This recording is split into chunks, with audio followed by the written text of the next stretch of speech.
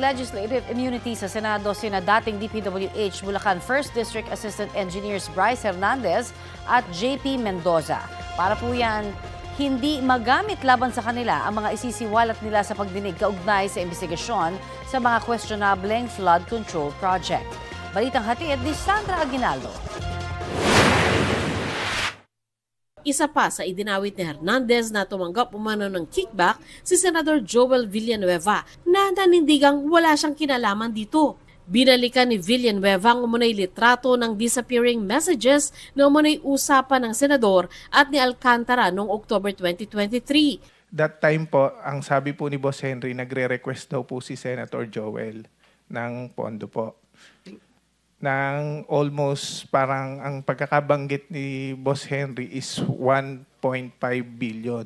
Subalit dun sa parang pumasok sa conversation po na napicturan, isang kayang ialat lang po sa kanya ni Secretary Bonoan is 600 million. Totoo naman po. I'm sorry, Mr. Chairman. There's nothing there.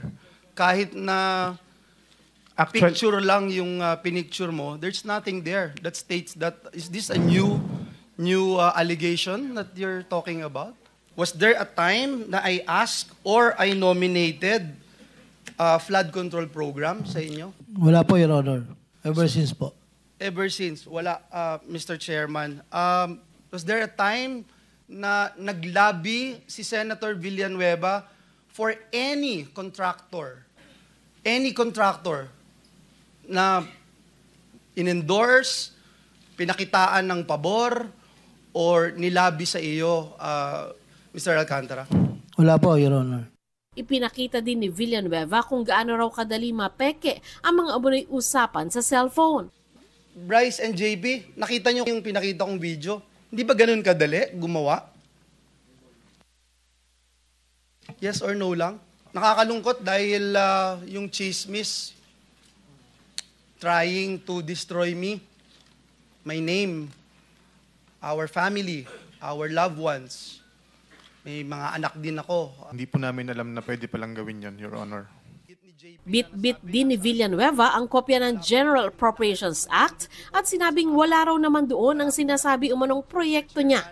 Pero ayon kay Hernandez, wala sa GAA ang ilang flood control projects dahil nasa unprogrammed na bahagi ito ng national budget. Yung pinakita niya po pala na unprogrammed ng General Appropriation Act ng 2023, doon po nakasama yung listahan na project po ni Senator Joel. Baka yung ating mga hinahanap na mga ghost project, ghost ab initio. Sa umpisa pa lamang, ghost na sila kasi nasa listahan ng unprogrammed. Nagiging pork barrel to ng DBM eh. No, sa totoo lang dahil isasabit sa inyo tapos kayo rin nagde-determine kung anong papasok o anong hindi. Si Senador Erwin Tulfo naglabas ng litrato na nagpapakitang naroon si Alcantara sa pagbibilang ng cash sa isang kwarto at inilagay sa mga kahon. Paano mo mapapaliwanag ang litrato na ito na nandito ka, yung naka-blue na yan, na nagpaparte ini-impake na yung limpak-limpak na salapi, nilalagay sa paper bag, ito oh. That's you, right? Or kakambal mo? Yes, Your Honor, ako po yun. Ikaw ang nag-supervise kung paano i-impake, kanino ibibigay. Definitely, mga naka-karton na yan. Oh. So, alam mo. Yes, Your Honor. Ayon kay Senate Blue Ribbon Committee Chairman Ping Lacson, ang mga cash ay isinugal ng tinaguriang Bulacan Group of Contractors o BGC Boys sa casino bilang paraan ng money laundering. Sa pagtingin sa isang litrato, isang dating kongresista ang idinawit ni Hernandez. Hindi, sabihin mo na lang, para kanino itong mas ano malapit po, ito? Ang nakalagay po dyan is Mitch po. Kung hindi po na maling pagkakatanda ko, ang sabi po dyan ni Boss, para po kay Mitch Kahayon po yata yun. Dating kongresista si Mitch Kahayon Uy, sa pagdinig, iginiit ni Alcantara na project engineer at implementing section chief ang nakakaalam at unang pumipirma sa proyekto. Sa amin po kasi, pag po nakapirma na po kasi yung mga nasa baba po sa akin, inipirmahan ko na po yun.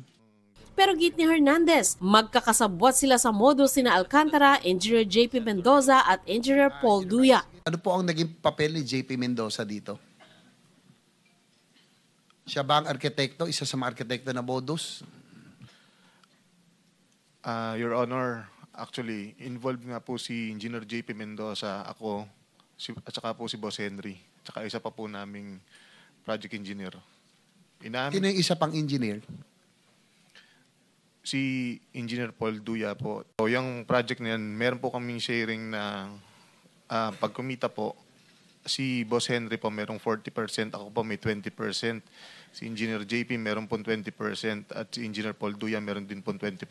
Sabi ni Hernandez, naisip nilang gumawa ng ghost projects pero hindi raw niya alam kung sino ang proponent o mambabatas na nagpapasok ng proyekto sa budget. Bakit nyo naisip yung ghost? Ano rason? Tumaas ba tara? O tumaas ang cost? Bakit hindi nyo ginawa yung mga proyekto? And isa na rin pong kasagutan yung tumaas po ang tara. Ano po yung tarang nyo? Kanino napupunta? Sa proponent daw po, sabi ni Boss. Honest, wala po akong direktang pakikipag-usap sa proponent. Sino po yung proponent na sinasabi ni Bryce? Hindi ko po alam sa kanya, Your Honor. Every time po na may tatanong sa kanya, puro po ang turo sa akin. Maliwanag ba naman po rito na sinasabi ng mga contractor na sila po ang kausap dyan. Nanindigan naman si Alcantara na wala silang alam sa budget insertions. Nagsumite lang daw kasi sila ng wish list sa regional office ng DPWH. Pero hindi ito umubra sa mga senador kaya kinontempt siya. Humarap din sa pagdinig si Sally Santos na may-ari ng Sims Construction Trading na humingi ng proteksyon sa Senado dahil nangangamba raw siya sa kaligtasan niya. Ayon kay Santos, pinahiram niya ang lisensya niya dahil hindi niya akalaing gagamitin ito sa anomalya ng mga taga-DPWH mismo. Hindi ko po alam na gagawin po nila Engineer Bryce at JP Mendoza po yun. Kasi po syempre po, sila po tauhan po ng DPWH. Naniniwala po ako na hindi po nila gagawin yun dahil yung po kasi lisensya ko po,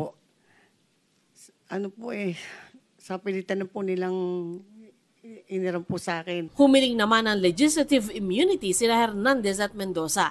Ibig sabihin nito, hindi magagamit laban sa kanila ang mga isisiwalat nila sa pagdinig. Handa rin daw si Hernandez na pumirma ng waiver para buksan ang kanyang bank accounts at isauli ang lahat ng kailangan niyang isauli.